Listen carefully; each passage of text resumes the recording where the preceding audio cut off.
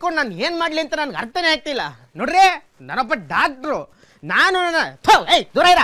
ನಾನು ನನ್ನ ಫ್ರೆಂಡು ಕಾರಲ್ಲಿ ಇವನ್ನ ಕೂರ್ಸ್ಕೊಂಡು ಕ್ಲಿನಿಕ್ಗೆ ಹೋಗ್ತಾ ಇದ್ವಿ. ಕ್ಲಿನಿಕ್ ಬಂತಲ್ಲ, ಇಳಿದು ಕ್ಲಿನಿಕ್ ಒಳಗೆ ಹೋದ್ವಿ. ಹೋಗ್ತಿದ್ದಂಗೆ ನನಗೆ ನೆನಪಾಗೋಯ್ತು, ನನ್ನ ಸೆಟೋಸ್ಕೋಪ್ನ ಕಾರಲ್ಲೇ ಬಿಟ್ಟಿದ್ದೀನಿ ಅಂತ. ಸರಿ, ನಾನು ಮತ್ತೆ ನನ್ನ ಫ್ರೆಂಡ್ ತಗೊಳಕ್ಕೆ ಅಂತ ಬಂದ್ವಿ. ಬಂದು ನೋಡಿದ್ರೆ ಇವನು ಸೆಟೋಸ್ಕೋಪ್ ಜೊತೆ ಆಟ ಆಡ್ತಾ ಇದ್ದ. ನನ್ನ ಫ್ರೆಂಡು ತಗೊಳಕ್ಕೆ ಅಂತ ಹೋದ. ನಾನು ನಿಲ್ಲಿಸ್ದೆ, ಹೆಮ್ಮೆಯಿಂದ ಹೇಳ್ದೆ, ಲೇ ನೋಡು ನನ್ನ ಮಗ ಫ್ಯೂಚರ್ ಡಾಕ್ಟರ್ ಕಣೋ, ಸೆಟೋಸ್ಕೋಪ್ ಜೊತೆ ಆಟ ಆಡ್ತಾ ಇದ್ದಾನೆ ಅಂತ ಹೇಳಿದ್ದೆ ತಡ.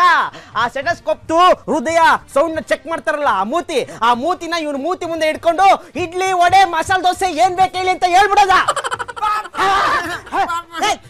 ಚಾಕ್ಲೇಟ್ ಬೇಕು ಪಾಪ, ಚಾಕ್ಲೇಟ್ ಕೈ ಬಿಡ. ಚಾಕ್ಲೇಟ್ ಬೇಕಾ ನಿನಗೆ? ಲೇ, ಜಾಸ್ತಿ ಚಾಕ್ಲೇಟ್ ತಿನ್ಬೇಡ ಕಣೋ, ಅಲ್ಲೆಲ್ಲ ಉಳುಕಾಗತ್ತೆ. ಅದು ಅಲ್ಲದೆ ನೀನು ಜಾಸ್ತಿ ದಿನ ಬದುಕಲ್ಲ, ಬೇಗ ನೆಗೆದು ಬಿದ್ದೋಯ್ತೀಯ. ಪಾಪ ತಾತನ್ಗೆ 104 ವರ್ಷ, ಚಾಕ್ಲೇಟ್ ತಿಂದು 104 ವರ್ಷ ಅಂತನಾ?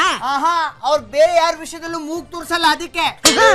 ಪಾಪ ಪಾಪ ಪಾಪ ಆ ಎದುರುಗಡೆ ಮನೆ ಶೈಲಜಾ ಇದ್ದಾಳಲ್ಲ, ಅವಳ ತಲೆ ಕೆಡಿಸ್ತಾ ಇದ್ದಾಳೆ.